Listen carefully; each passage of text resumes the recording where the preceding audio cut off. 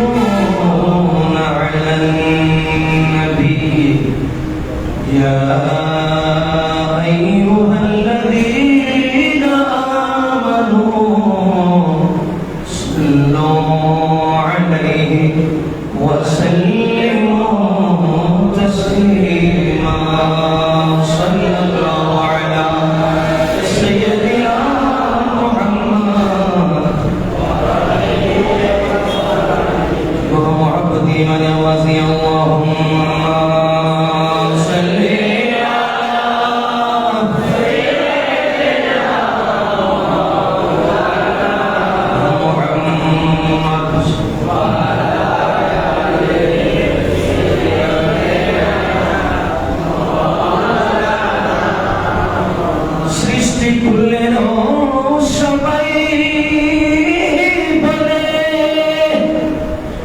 आज की मोदे खुशीर दिन कारण थे धराते तशरीफ अनलें रहमतुल लिल आलमीन अल्लाहुम्मा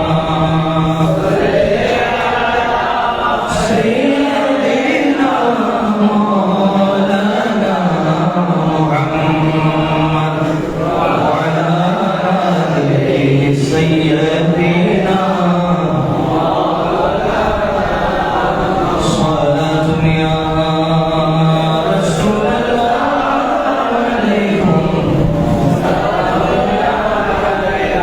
عرشك مسلمة رفعت رسول الله की देखे हशरों में इज्जत रसूलुल्लाह की सलात या रसूलुल्लाह अलैकुम सलाम आने वाला है महबूब मेरा आने वाला है महबूब मेरा अर्श कुर्सी फर्श को सजाओ आने वाला है महबूब मेरा आने वाला है महबूब मेरा अर्श कुर्सी फर्श को सजाओ सर्द कर दो जहन्नम की आतिश सर्द कर दो जहन्नम की आतिश और जन्नत को दुल्हन बनाओ सलात या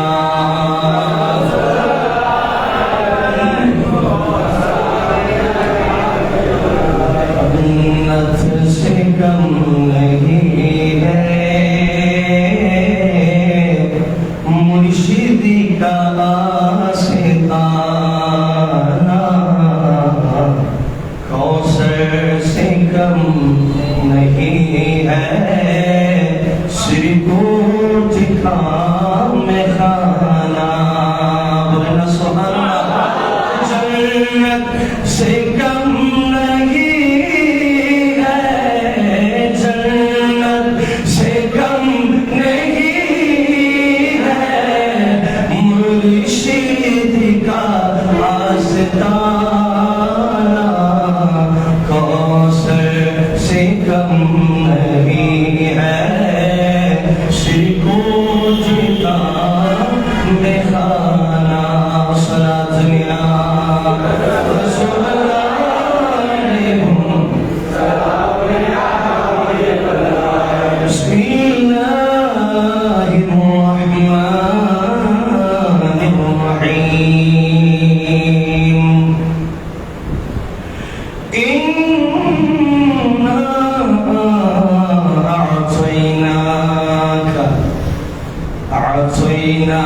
अअतैनाक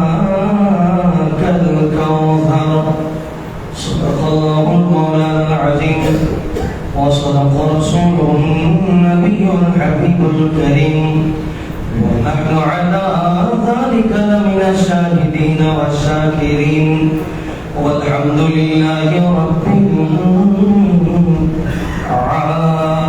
العالمين مولاي صل وسلم وبارك عليه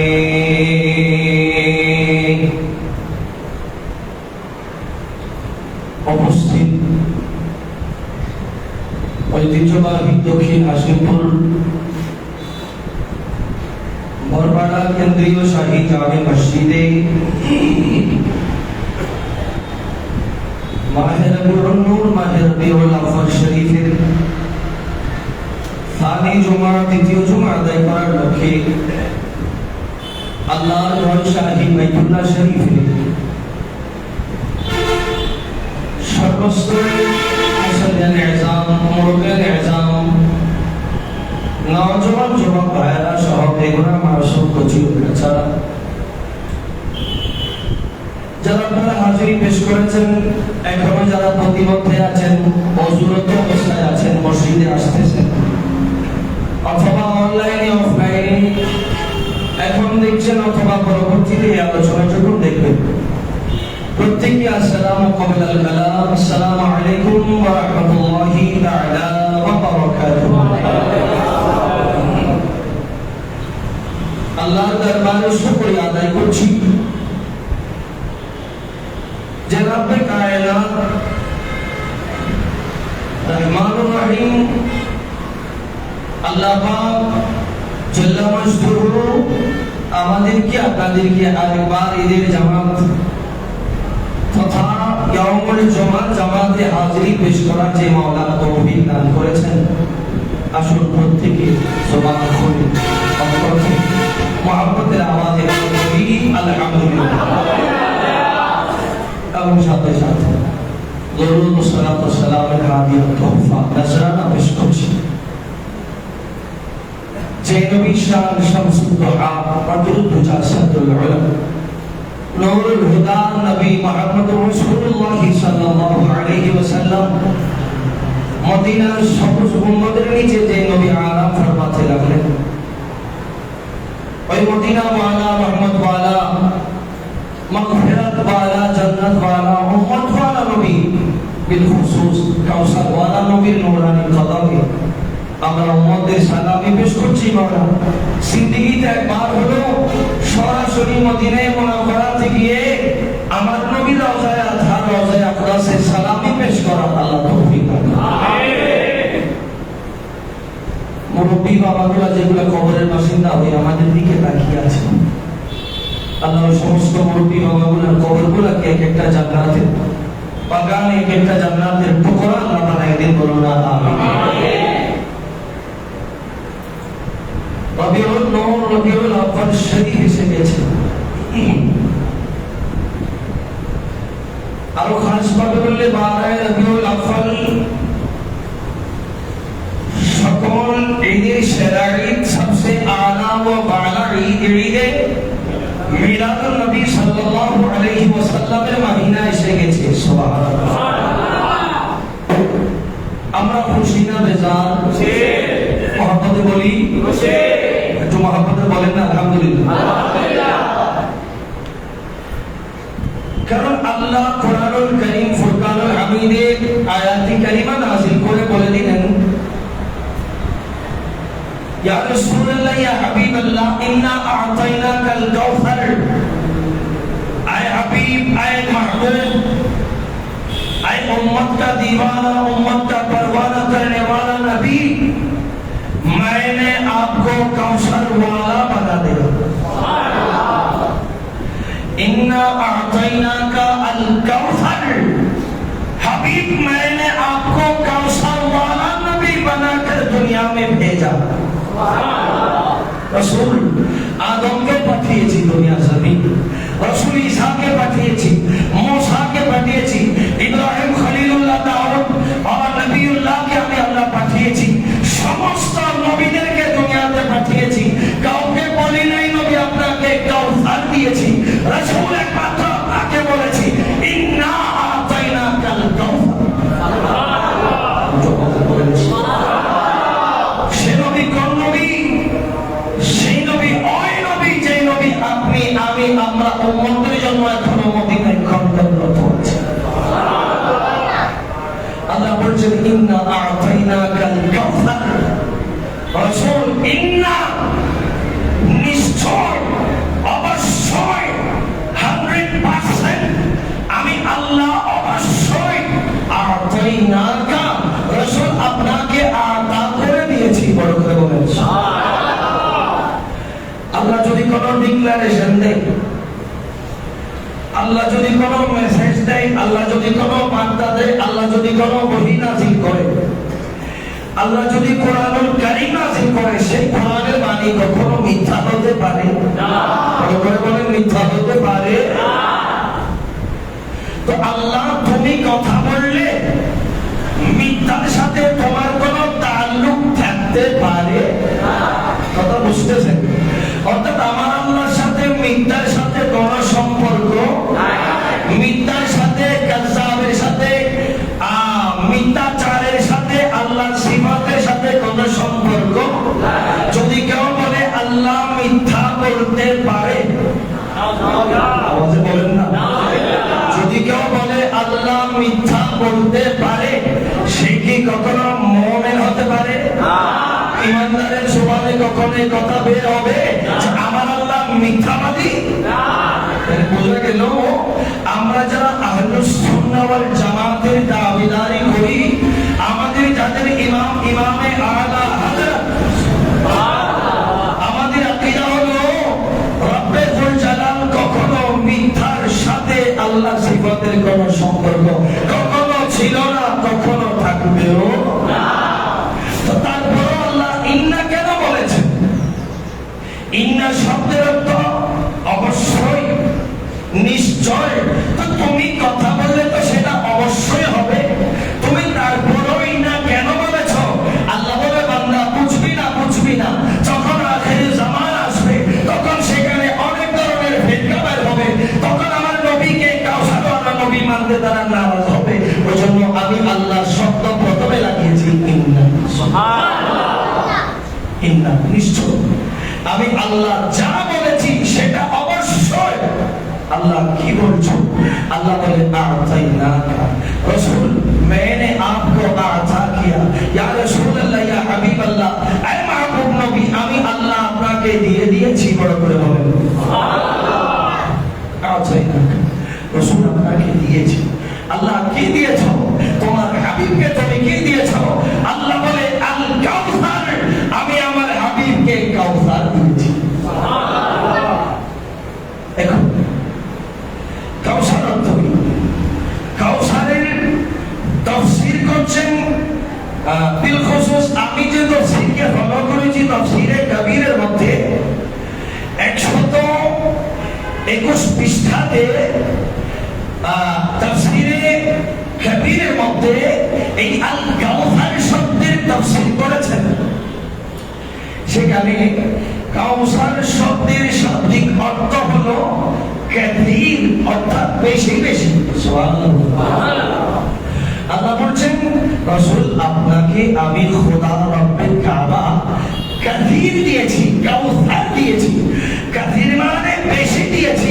হাবিব আপনাকে যত বেশি দিয়েছি তত বেশি রহমত আর বরকত কোন নবীকে আমি কখনো দিইনি।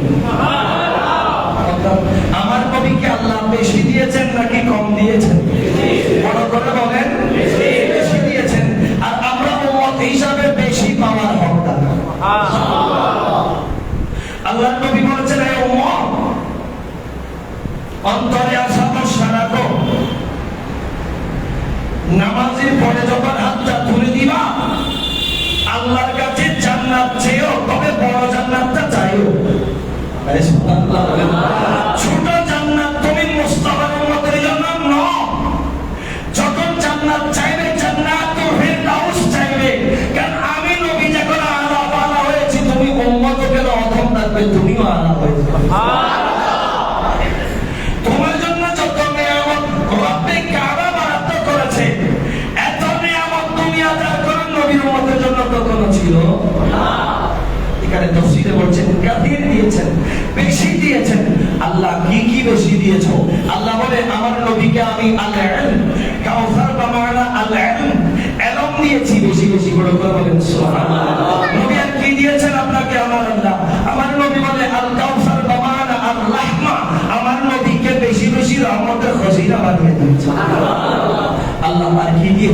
আল্লাহ বলে আমার নবীকে আল কাউসার বামানা আল হিকমা, আর কি দিয়েছো আমার নবীকে আল কাউসার বামানা হাউদুল কাউসার, বড় করে বলেন সুবহানাল্লাহ। এখানে আরো বলছেন কাউসারের তাফসীর করছেন, এভাবে অনেকবার তাফসীর সামনে আছে, আমি যাব আমার আলোচনা। তার আগে একটু মহব্বত নিয়ে দরুদ শরীফ পড়বেন, সালাতুন ইয়া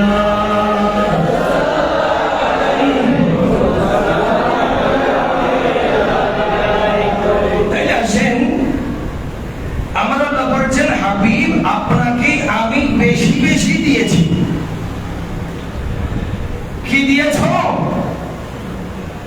আল্লাহ বলে হাবিব আমি আপনাকে আল কাউসার বামানা আল ইলম, রাসূল আপনাকে আমি ইলমের খজিনা বানিয়ে দিয়েছি। সুবহানাল্লাহ। মনে রাখবেন এটা বড় গুরুত্বপূর্ণ বিষয়। এক নম্বরে ইলমের কথা কেন বলছেন? আমার নবীর উপর যখন কোরআন শরীফ নাযিল হচ্ছে, সর্বপ্রথমে একটা লফজ নাযিল হয়েছে। আল্লাহ আমার নবীকে বলছেন আই হাবিব ইকরা, সর্বপ্রথম আপনি নবীকে আমি আল্লাহর পক্ষ থেকে এলান, আপনি পড়েন ইকরা, আপনি পড়তে থাকেন, আপনি ইলম হাসিল করতে থাকেন। এক নম্বরে আল্লাহ ডিউটি দিয়েছেন ইকরা, রাসূল আপনি পড়েন। কি পড়বো? ইলম। সেটা কার পক্ষ থেকে? আমি রব্বে কাবার পক্ষ থেকে। সুবহানাল্লাহ। আল্লাহ এত কিছু থাকতে সর্বপ্রথমে ইলম কেন এনেছেন? আল্লাহ বলছেন যেই কলবে ইলমের নূর নাই, কোরআনের নূর নাই, হাদিসের নূর নাই, যেই কলবটা মোটা কলব, যেখানে কোরআন হাদিসের ইলমের নূর নাই, সেই কলবটা কখনো জিন্দা কলব হতে পারে না। আর মোটা কলব ওয়ালারা কখনো নবীর সুপারিশও পাওয়ার হকদার না। কারণ যে জানবে সে মানবে, কথা বুঝেছেন? যে জানবে সে মানবে, যে জানে না সে মানবেও না। হযরত ইমাম গাযযালী রাহমাতুল্লাহি তাআলা আলাইহি একটা কথা বলেছেন, মান আরাফা নাফসাহু ফাকাদ আরাফা রাব্বাহু, বলেন সুবহানাল্লাহ। কেউ যদি নিজেকে নিজে জানতো যে আসলে সে কে, এই ইলমটা যদি তার মধ্যে থাকতো যে আমি কে, মান আরাফা নাফসাহু, যে নিজের নফসকে চিনেছে, ইমাম গাযযালী বলেন ফাকাদ আরাফা রাব্বাহু, সে নিজেকে চেনার মাধ্যমে রব্বে কাবাকে চিনেছে। সুবহানাল্লাহ। কেন?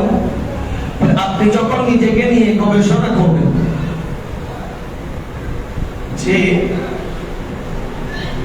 আমি কে, আমার মধ্যে কোন কোন স্পেশালিটি আছে যেগুলো আর কারো মাঝে নেই, আপনি যখন রিসার্চ করবেন, গবেষণা করবেন, আপনি দেখবেন গোটা কায়নাতে 18,000 মাখলুকাতের সেরা আপনাকে বানিয়েছে। এটা আপনি বুঝবেন না, কিন্তু যখন গবেষণা করবেন তখন বুঝতে পারবেন। হাতি অনেক বড় প্রাণী, কিন্তু তার মাঝে কি নাই? আকল নাই। তিমি মাছ সমুদ্রের সবচাইতে বড়, 3-4টা ফুটবল মাঠের সমান একটা তিমি মাছ। তো তিমি মাছ কি আমাদের মতো হাইওয়ানের রাতে তাদের কি বুদ্ধি আছে? আছে না? আকল আছে? নাই। তো যার মধ্যে আকল আছে, যে নিজেকে চিনেছে আসলেই সে কে, সে বলবে আমি তো আর কেউ নই, আমি 18,000 মাখলুকাতের সেরা।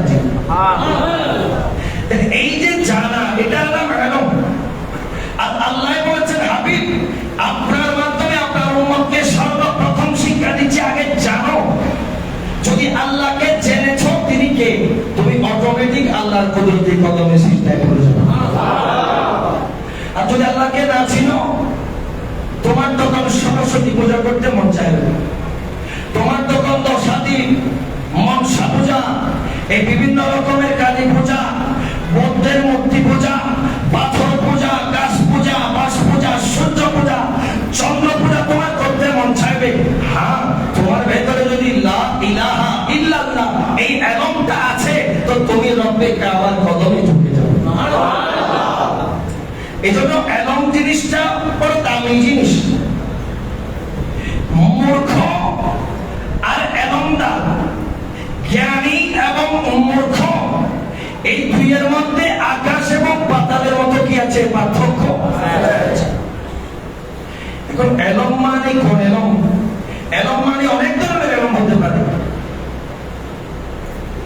বাংলা সাবজেক্ট, এটা একটা এলম। ইংরেজি সাবজেক্ট, ইংরেজি গ্রামার, এটা একটা এলম। গণিতে ভালো পড়াশোনা করা, এটা একটা এলম। ভালো সায়েন্টিস্ট হয়ে বিজ্ঞানী হওয়া, এটা একটা এলম। ভালো ডাক্তার হয়ে ডাক্তারি করা, এটা এক ধরনের এলম। ভালো ইঞ্জিনিয়ার হয়ে বড় বড় দালান কোঠা সেফলি নির্মাণ করা, এটা একটা এলম। এখন আল্লাহ এখানে কোন এলমের কথা বলেছেন? আল্লাহ ওই এলমের কথা বলেছেন যে এলমের শহর বলে নবী নিজেকে ঘোষণা দিয়েছেন। আমার নবী বলছেন, কালা নবী সাল্লাল্লাহু আলাইহি ওয়াসাল্লাম, আনা মদিনাতুল ইলমি ওয়া আলিয়্যুম বাবুহা। বলে বলেন সুবহানাল্লাহ। আর এই জায়গায় আমার নবী বলছেন, আনা দারুল হিকমত ওয়া আলিয়্যুম বাবুহা। আয় উম্মত শোনো, আমি নবী হচ্ছি দুনিয়াতে যত ইলম আছে সর্ব ইলমের শহর। আর আমি শহরের দরওয়াজা হচ্ছেন আমার মাওলা আলী শের। তাইলে এখানে বোঝা যায় এলমের মধ্যেও ক্লাসিফিকেশন আছে, ভাগ বাটোয়ারা আছে। সব এলম এলম নয়। চট্টগ্রাম বিশ্ববিদ্যালয়ে পড়াশোনা করছেন, ভাই তুমি কোন বিষয়ে পড়াশোনা করো? বলে আমি পালি নিয়ে গবেষণা করি, পালি নিয়ে পড়াশোনা করি, আমি সংস্কৃত ভাষা নিয়ে পড়াশোনা করি। এগুলোর সাথে আমাদের সনাতনী ধর্মে যারা আছে, হিন্দু যারা আছে, ওনাদের সাথে সম্পর্ক বেশি। আবার আরেক ভাইকে জিজ্ঞেস করলাম, তুমি কোন সাবজেক্টে পড়ো, তুমি কোন সেক্টরে পড়ো? তখন ওই ভাই বলবে, আমি অ্যারাবিক এন্ড ইসলামিক স্টাডিজ ডিপার্টমেন্টে পড়ি। বাঘ আছে না নাই? একজন কোরআন হাদিস নিয়ে উচ্চতর গবেষণা করছে, আর একজন সংস্কৃত ভাষা নিয়ে তাদের ধর্মগ্রন্থ যেগুলো আছে সেগুলো নিয়ে গবেষণা করছে। বাঘ আছে না নাই? এ বলতে চায় না এলম নিজের মধ্যে থাকা মানে কোন এলম? যে এলম কোরআন এবং হাদিসে আছে। আমি আর সেদিকে গেলাম না। তাহলে আল কাউসার মানে বা মানা এলম। রাসূল আপনাকে বেশি এলমদার বানিয়েছি।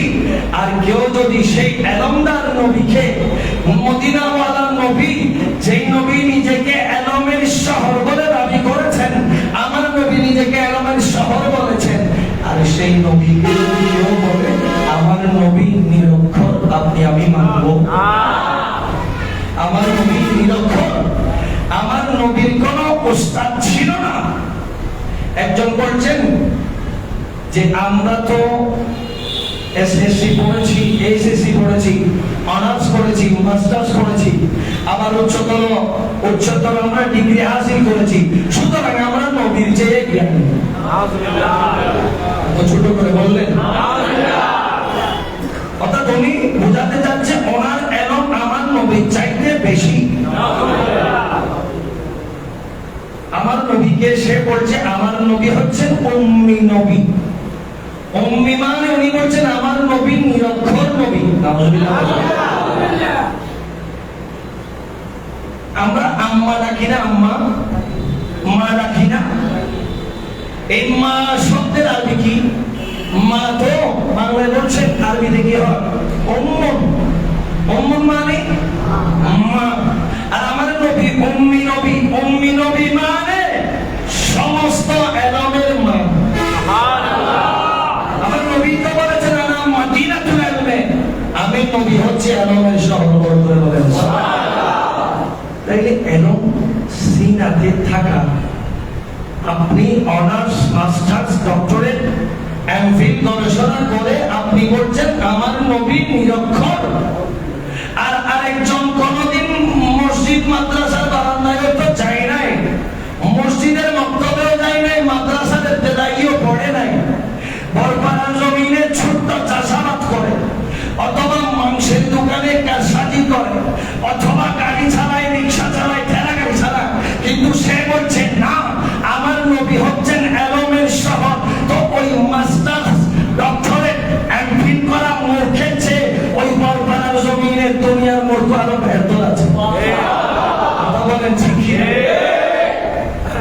শুধু সার্টিফিকেট থাকলে এলমদার হওয়া যায় না। নবীকে চিনলেই বরং এলমদার হওয়া যায়। কথা বলেছে আল্লাহ আমার নবীকে চেনার তৌফিক দান করুন। আসুন এরপরে আল কাউসার বা মানা আর রাহমা। একটা বলেছি আল কাউসার বা মানা আল ইলম। ইলমের কথা বলতে গেলে এরকম জমা আরো 3-4টা যাব, আমি আরো দিকে যাচ্ছি না। আল কাউসার বা মানা এটা আছে আর রাহমা। রহমত মানে অনুগ্রহ, দয়া। সুবহানাল্লাহ বলুন। রহমত মানে দয়া। আচ্ছা, আমার নবীর চাইতে বড় দয়া আল্লাহ দুনিয়াতে পাঠিয়েছেন কোনো কিছু থাকতে পারে। আল্লাহ বলছেন ওয়া মা আরসালনাকা ইল্লা রাহমাতান লিল আলামিন। সূরাতুল আম্বিয়া 107 নম্বর আয়াতে আল্লাহ ডিক্লারেশন করেছেন, রাসূল আপনি শুধু রহমত আপনার উম্মতের জন্য নন, আপনি শুধু রহমত সুন্নিদের জন্য নন, আপনি শুধু রহমত কাদেরিয়া তরিকার মানুষদের জন্য নন, আপনি শুধু রহমত চিশতিয়া তরিকার মানুষদের জন্য নন, আপনি শুধু রহমত নকশবন্দিয়া তরিকার মানুষদের জন্য নন, আপনি শুধু রহমত সমস্ত সুন্নিদের জন্য নন, আপনি নবী হচ্ছেন রাহমাতুল লিল আলামিন। রাসূল যত জগৎ আছে, যত সৃষ্টি আছে, সবার জন্যই আপনি রহমত। আমি বলেছিলাম আপনি হিন্দু হতে পারেন, কিন্তু আমার নবীর রহমতকে আপনি অস্বীকার করতে পারবেন না। আপনি বড়ুয়া হতে পারেন, আপনি খ্রিস্টান হতে পারেন, আপনি যেই হন না কেন। একজন খ্রিস্টান মাইকেল এইচ হার্ট, উনি খ্রিস্টান হলেও the 100 people great people, the 100 great people, পৃথিবীর ইতিহাসে সর্বশ্রেষ্ঠ 100 জনের একটা তালিকা করেছে কে? খ্রিস্টান মাইকেল এইচ হার্ট। তাকে প্রশ্ন করি, তুমি তো খ্রিস্টান, তোমার এই 100 জনের 1 নম্বরে কাকে রেখেছো? বলে আমার খ্রিস্টানের কোন ধর্ম যাজককে আমি রাখি না, 1 নম্বরে রেখেছি আমি খ্রিস্টান হলেও মুসলমানদের নবী মুহাম্মদুর রাসূলুল্লাহ। আরে ভাই, তুমি না খ্রিস্টান, তুমি খ্রিস্টান হয়ে কেন নবীদের মুসলমানদের নবীকে 1 নম্বরে রেখেছো? বলেন নবী এটা শুধু মুসলমানদের জন্য নয়, আমরা খ্রিস্টানদের জন্য রহমত। কারণ আমার নবী যখন দুনিয়াতে আসেন তখন ওই যে বলেছিলাম আমাদের সমাজটা এত অন্ধকার ছিল, আমরা আমাদের মেয়ে হলে জীবন্ত কন্যাগুলোকে আমরা দাফন করে দিতাম। সমাজে সুব্যবস্থা ছাড়া কোনো লেনদেন হতো না। আজকে যে আমরা সম্পদ পাই, সম্পদ, মেয়েরা বাবার সম্পদ পায়, মেয়েরা স্বামীর সম্পদ পায়, এই মেয়েদের সম্পদ পাওয়ার কোন সিস্টেম দুনিয়াতে ছিল না। এই সিস্টেম দিয়েছেন কে? কার মাধ্যমে দিয়েছেন? বলে আমার রহমতওয়ালা নবীর মাধ্যমে দিয়েছেন। সম্পদ কি শুধু মুসলমানেরা পায়? খ্রিস্টান হলে না ভাই, হিন্দু হলে না ভাই, বৌদ্ধ হলে না ভাই। তার মানে বোঝা গেল যে আর নবী বিয়া করলেন আগে মাইয়ে বিয়া করে দাফন করে দিল, আর নবীর মধ্যে উম্মত। তোমার জান্নাত তো তোমার মহিলা মায়ের কদমে। যেই নারীকে দাফন করে দিয়েছো সেই নারীকে কবর থেকে তুলে তোমাদের মাথার উপরে বসাই দিয়েছি। তোমাদের জান্নাত তোমাদের ওই মহিলা যারা মা যেগুলো আছে ওই মায়েদের কদমের নিচে লাগাই দিয়েছি। ওই নবীকে রহমত না মানলে আর কাকে মানব? আল্লাহ বলে দিয়েছেন ইয়া রাসূলুল্লাহ, ইয়া হাবিবাল্লাহ, আপনার মতো রহমতওয়ালা নবী কখনো দুনিয়াতে কেউ আসে নাই, কিয়ামতের ফজর পর্যন্ত কেউ আসবে না। আবার নবীর রহমতের কথা বলতে গেলে তো আরো লম্বা চ্যাপ্টার, আমি সেদিকেও যাব। এবার আসেন আল হিকমা। আল কাউসার বা মানা আল হিকমা। 1 নম্বরে বলেছি আল কাউসার বা মানা আল ইলম। আমার নবীকে যত ইলম দিয়েছেন আর কাউকে দেয় নাই। আর 1 নম্বরে বলেছি, 2 নম্বরে আর রাহমা। আমার নবীর মতো রহমত দান করে দুনিয়াতে কাউকে আল্লাহ পাঠায় না। এবার আসেন 3 নম্বরে আল কাউসার বা মানা আল হিকমা। রাসূল আপনার মতো করে হিকমতওয়ালা, প্রজ্ঞাওয়ালা, জ্ঞানীওয়ালা, বিজ্ঞানওয়ালা নবী আমি আল্লাহ কখনো দুনিয়া দুনিয়াতে কাউকে পাঠায়। আল্লাহ বলছেন আর রহমান আল্লামাল কোরআন। আল্লাহ বলছেন হাবিব আমি আল্লাহ রহমান আর আপনি হাবিবকে শিখে আছি যেটা ওটার নাম কোরআন। আমি কোরআন আপনার সিনার মধ্যে বসাই দিয়েছি হাবিব। আর কোরআন হচ্ছে এমন একটা গ্রন্থ যেটার মতো বিজ্ঞানময় হিকমতময় গ্রন্থ দুনিয়াতে আর কখনো কোনোটা হতে পারে না। তো সেই কোরআন তো আপনি নবীর সিনাতে, সেই কোরআন তো আপনি নবীর মক্কায় গেলে কোরআন তো আপনার পিছে মক্কায় চলে যাবে। আপনি যদি মদিনায় গিয়েছেন তো বাস ওই কোরআন তো মদিনায় চলে যাবে। আপনি নবী যদি উঠের উপরে থাকেন কোরআন তো উঠের উপরে চলে যায়। আপনি নবী যদি পাহাড়ের গুহার ভেতরে থাকেন আমার কোরআন তো আপনি নবীর পিছে পিছে কোরআন তো সেই গুহার মধ্যেও চলে যায়। আপনি নবীর মতো একমতদার বিজ্ঞানময়। আমার নবী যে যে কথাগুলো বলেছেন আজ থেকে ১,৫০০ বছর আগে, আজকে বিজ্ঞান এসে প্রমাণ করছে ১,৫০০ বছর আগে আমার নবী যেগুলা বলেছে সেগুলা এখন প্রমাণ হচ্ছে। যেমন একটা বলি, আমরা কম বেশি সবার গ্যাস্ট্রিকের প্রবলেম আছে না নাই? কেউ দিকে নাই দেরি কিন্তু আগলে ফেট বেরোবেন আসল না ওরা আমাদের আসল না গ্যাস্ট্রিক আসে দিলে কেউ আসল না। তো গ্যাস্ট্রিক কেন হয়? যদি আমরা জানতাম আমার নবী গ্যাস্ট্রিক না হওয়ার জন্য, পেটে ব্যথা না হওয়ার জন্য, পেটে গ্যাস না হওয়ার জন্য কি বলেছেন, সেটা যদি আমরা জানতাম, সেটা যদি আমরা জেনে আবার মানতাম, তাহলে তো আমাদের গ্যাস্ট্রিক আলসার ক্যান্সার এগুলো হতো না। আমাদের স্টমাক যেটা আছে, যেটা খাদ্য তৈরি আছে, যেটার মধ্যে আমাদের খানা পিনা জমা থাকে, সেটাকে আমার নবী বলছেন উম্মত তোমার স্টমাককে তুমি ৩ ভাগে ভাগ করো। কয় ভাগে? ৩ ভাগ। ভাগ করো মানে অতিরিক্ত আনবেন হয়ে যাবে। এত আরা তফসির বিত্ত মিলে উল্টো গান করি। আল্লাহ বলেন নবী হলো উম্মি, সমস্ত এলমের মূল। আমি বলে দিলাম যে নবী হলো মূর্খ। তো ইয়া ৩ ভাগ করতে হয় মানে সিরিয়াস ৩ ভাগ করে তো হই না। আল্লাহ বুঝিয়ে তৌফিক দিন। আমিন। অর্থাৎ ৩টা স্টেপে ভাগ করেন। এখন ৩ ভাগের মধ্যে ১ ভাগে ভাত থাকবে, রুটি থাকবে, ১ ভাগের মধ্যে দানা থাকবে, যেগুলো শক্ত খানা সেগুলো ১ ভাগ, আর ১ ভাগের মধ্যে পানি থাকবে। কি থাকবে? পানি। তো আরেক ভাগ বলো ১ ভাগ ছেড়ে দাও, ওটা খালি রেখে দাও। সুবহানাল্লাহ বলুন। ইয়া রাসূলুল্লাহ আপনি কি বিজ্ঞানী? বলেন আমি শুধু বিজ্ঞানী না, আমি বিজ্ঞানীদেরও বিজ্ঞানী। সুবহানাল্লাহ। ইয়া রাসূলুল্লাহ সেই জামানায় তো ১,৫০০ বছর আগে অ্যাম্বুলেন্স ছিল না, হসপিটাল ছিল না, ডায়াগনস্টিক সেন্টার ছিল না, সেখানে তো আলট্রা করার কোনো সুযোগ ছিল না। পেটের ভেতরে কি হচ্ছে না হচ্ছে আপনি নবী কেমনে জানেন? বলে শুধু তাই নয়, আমি নবীর চোখের সামনে দেখে আল্লাহর গোটা কায়নাতের কোনো কিছু খালি নেই।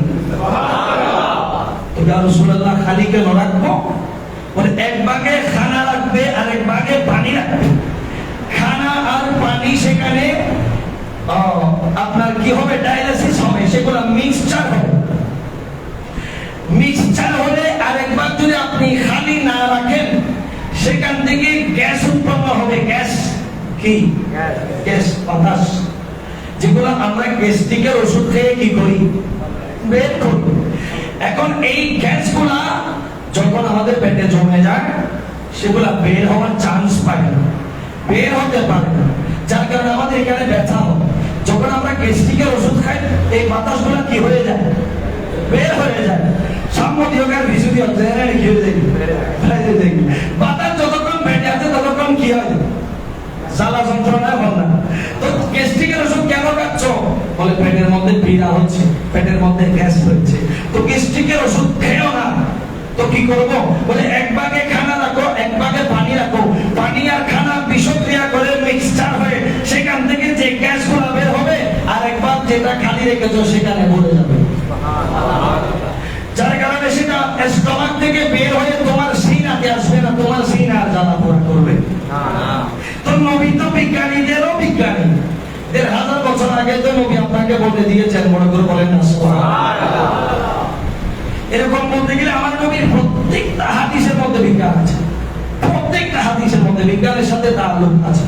যারা বোঝে না আল্লাহ তাদের বোঝার তৌফিক দান করুন। আমিন। শুরু করবেন সালাতু মিয়া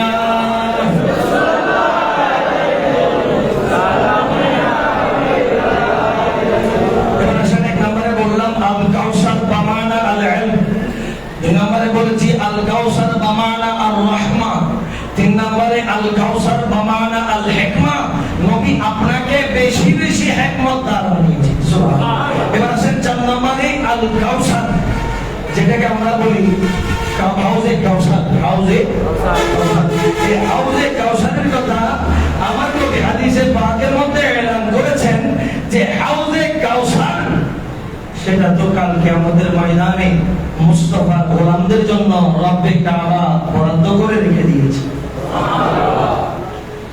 কাউসার, কাউসারের বিশ্লেষণ করতে গেলে সময় আছে 5 মিনিট। কাউসারের বিশ্লেষণ করতে গেলে মিনিমাম একটা জমা লাগবে, শুধু যদি হাউজে কাউসারের আলোচনা করতে যাই। সুবহানাল্লাহ। একেবারে মুখতসর করে বলি, হাউজে কাউসার প্রথমে সেটা কি, একেবারে এক কথাই যদি বলে দেয় হাউজে কাউসার সেটা কি, তাহলে শুনে রাখেন হাউজে কাউসার হচ্ছে সেটা যখন আপনি কিয়ামতের ময়দানে দাঁড়াবেন। কোন কোন হাদিসে মুবারকার মধ্যে আসছে আপনার মাথার 12 হাত উপরে কি থাকবে? সূর্য থাকবে। অর্থাৎ সূর্য মাথার উপরে 12 হাত উপরে থাকলে যত গরম, যত অসহ্য লাগবে, এখান থেকে শত শত মাইল দূরে যদি, হাজার হাজার মাইল দূরে সূর্য যদি আমাদেরকে ঝলসে দেয়, আমরা যদি গরমে অতিষ্ঠ হয়ে যাই, তো সেই সূর্য যদি আমাদের মাথার 12 হাত উপরে চলে আসে কি অবস্থা হবে? সুবহানাল্লাহ। ওই সূর্যের তাপ আপনাকে এমন ভাবে ফ্রাস্ট্রেটেড করবে, আপনার মাথার মগজগুলা সিদ্ধ পানির মতো টকবক করবে। আপনার মাথার মগজগুলা কি হবে? সিদ্ধ হওয়ার মতো। চুলার মধ্যে গরম পানি সিদ্ধ করতে দিলে যেরকম টকবক করে, আপনার মাথার মগজগুলা সেরকম টকবক করবে। আমাদের শরীর থেকে ঘাম এত পরিমাণে বের হবে যে আমরা যেখানে জমায়েত হব হাসরের ময়দানে, আমাদের ঘামগুলা বাড়তে বাড়তে বাড়তে বাড়তে আমাদের নাক পর্যন্ত এসে পৌঁছে যাবে। আমরা ঘামের সমুদ্রে ডুবে যাওয়ার মতো অবস্থা হয়ে যাবে। অর্থাৎ এটা মেসাল দিচ্ছেন নবী, এত পরিমাণে কষ্ট আমরা সেখানে অনুভব করব। তো নবী, আমরা তো আপনাকে নিরক্ষণ করি না। সুবহানাল্লাহ বলেন। ইয়া রাসূলুল্লাহ, আপনাকে তো আমরা মাটির সাথে মিশাই দেই না। ইয়া রাসূলুল্লাহ, আপনাকে তো আমরা একদম ইলমে গায়ব না বলে আমরা বলি না। ইয়া রাসূলুল্লাহ, আপনাকে তো রহমতের খজিনা বলেছি। ইয়া রাসূলুল্লাহ, আপনাকে তো সবচেয়ে আলা ও বালা বলে বলে আমরা আপনার শান গেয়েছি। রাসূল, আমাদের অবস্থা কি হবে? তো আমার নবী বলছেন, উম্মত, আমাদের সেই কিয়ামতের ময়দান সেটা তো আল্লাহ সাজিয়েছেন শুধু আমি নবীকে দেখানোর জন্য। আমি নবী কোন সাহাব দুনিয়াতে তো বুঝো নাই, কিয়ামতের ময়দানে হলো বোঝার জন্য আল্লাহ কিয়ামত সাজিয়েছেন। এগুলো এই বলতে গেলে তো লম্বা কথা, সংক্ষেপে বলছি। আমার নবীকে কেউ কি বলবো বলেন না, আমার নবীকে চিনলে চিনেন, দুনিয়াতে চিনেন। আলা হযরত বলেছেন, আজ লে উনকি বানা, আজ মদদ মাঙ্গুম সে, আজ লে উনকি বানা, আজকে মানলে মানো আমার নবীকে, আজকে আমার নবীর কাছে চেয়ে নাও চাওয়ার থাকলে। আরে কাল কিয়ামতের ময়দানে তো हम রাসূলুল্লাহ কে জান্নাত রাসূলুল্লাহ কে সুবহানাল্লাহ, আমরা সুন্নিরা আমার নবীর আর জান্নাত আমার নবীর কদমের নিচে আছে। সুবহানাল্লাহ। যদি মানতে হয় জান্নাত ওয়ালা হতে চাও তো আমার নবীর কদমে চলে আসো, চাওয়ার থাকলে আজকে চেয়ে নাও। সুবহানাল্লাহ। কিয়ামতের মাঠে সেখানে আজব আজব কারামত হবে। আমি একদিন শুধু কিয়ামতের আলামত এবং ময়দান নিয়ে আলোচনা করব ইনশাআল্লাহ করে একটা জমার মধ্যে। আজকে শুধু মুখতসর করে বলি। আল্লাহ বলছেন কোরআনুল কারীমে, আযা আইয়াবআসাকা রাব্বুকা মাকামান মাহমুদা। সুবহানাল্লাহ। ইয়া রাসূলুল্লাহ, ইয়া হাবিবাল্লাহ, কিয়ামতের মাঠ যখন সাজাবো তখন আমি সেখানে একটা সিংহাসন বানাবো। কি বানাবো? সিংহাসন, যেটা সবার পরে থাকবে। আর আমি আল্লাহ সেই সিংহাসনে সবার সামনে সেদিন আপনাকে আপনার প্রভু আপনাকে সেদিন খুব শীঘ্র আপনাকে মাকাম মাহমুদ আছে সেই সিংহাসনে আপনি নবীকে বসাই দিয়ে সমগ্র দুনিয়াওয়ালাকে আপনি নবীর শান আজমত আল্লাহ দেখাবেন। আর কি হবে? বলে একটা পতাকা থাকবে। কি থাকবে? নবী কিন্তু হাজার হাজার আছে, লক্ষ লক্ষ আছে, কিন্তু সেদিন বাস শান চলবে একজন নবী।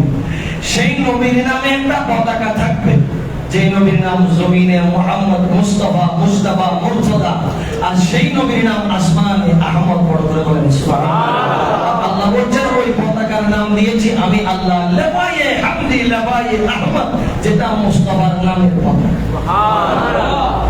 আজকে আমরা যখন জুলুস করি পতাকা সেটা আমরা সিম্বল দেখাই, আমরা আপনাদেরকে জানান দিচ্ছি কিয়ামতের ময়দানে সেখানে লাবায়ে হামদের নিচে আমরাই দাঁড়াবো। কথা বলেন ঠিক? আমার নবীর একটা পতাকা থাকবে লাবায়ে হামদ, আমার নবীর নামে যে পতাকা, এই পতাকার ছায়ার নিচে যারা দাঁড়াবে তাদের তো আর জান্নাতে যাওয়া লাগবে না, জান্নাতের নিয়ামত আসলে সেই লাবায়ে হামদের নিচে এসে জামায়াত হয়ে যাবে।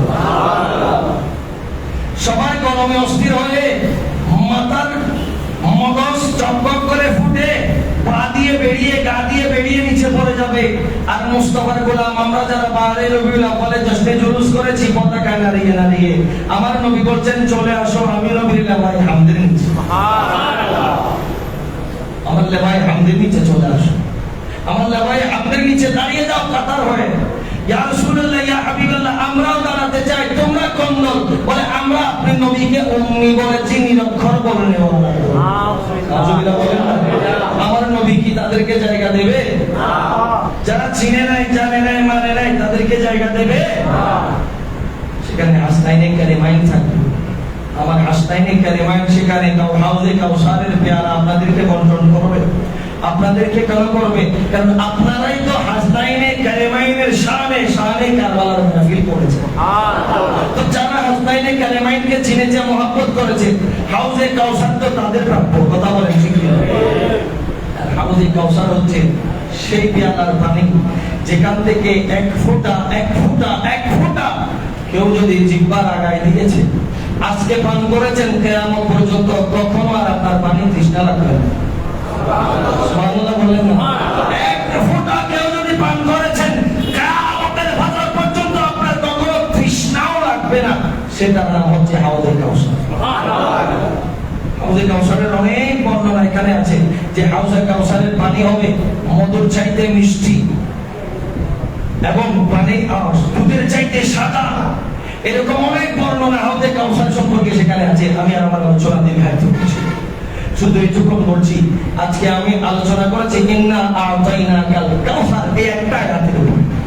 আল্লাহ বলেছেন রাসূল আপনাকে কাউসার দিয়েছি, বেশি বেশি আনাম দিয়েছি, বেশি বেশি হিকমত দিয়েছি, বেশি বেশি রহমত দিয়েছি, বেশি বেশি কাউসার ওয়ালা বানিয়ে দিয়েছি। সুবহানাল্লাহ। যদি সময় সুযোগ হয় আগামী জুমাগুলোতে ইন্না আ'তাইনাকাল কাউসারের আরো অর্ধেক তাফসীর রয়ে গেছে, এই বিষয়টা নিয়ে আলোচনা হবে। এর পরবর্তীতে